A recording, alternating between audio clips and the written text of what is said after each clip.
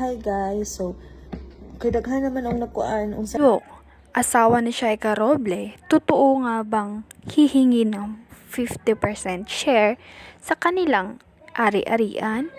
Viral ngayon sa social media ang 69 na kwento ng isang lalaki na nahuli ng kanyang asawa na may kasama pang ibang babae na inaararo sa loob ng isang motel.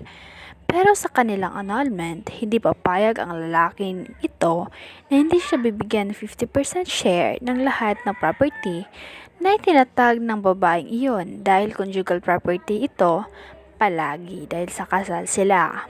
Sa Facebook Live ni Shaikar, sinabi niya nasa 4 million plus na gastusin niya sa bahay.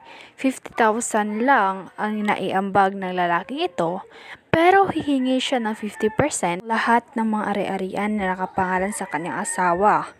Isa pa, mukhang napakalaya ng asawang ito, pero malaki ang tiwala niya na naghanap pa siya ng ibang ulam.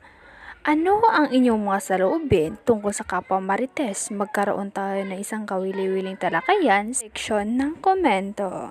Kung nagustuhan nyo ang kwentong ito, like at mag-share na at mag-follow sa ating page.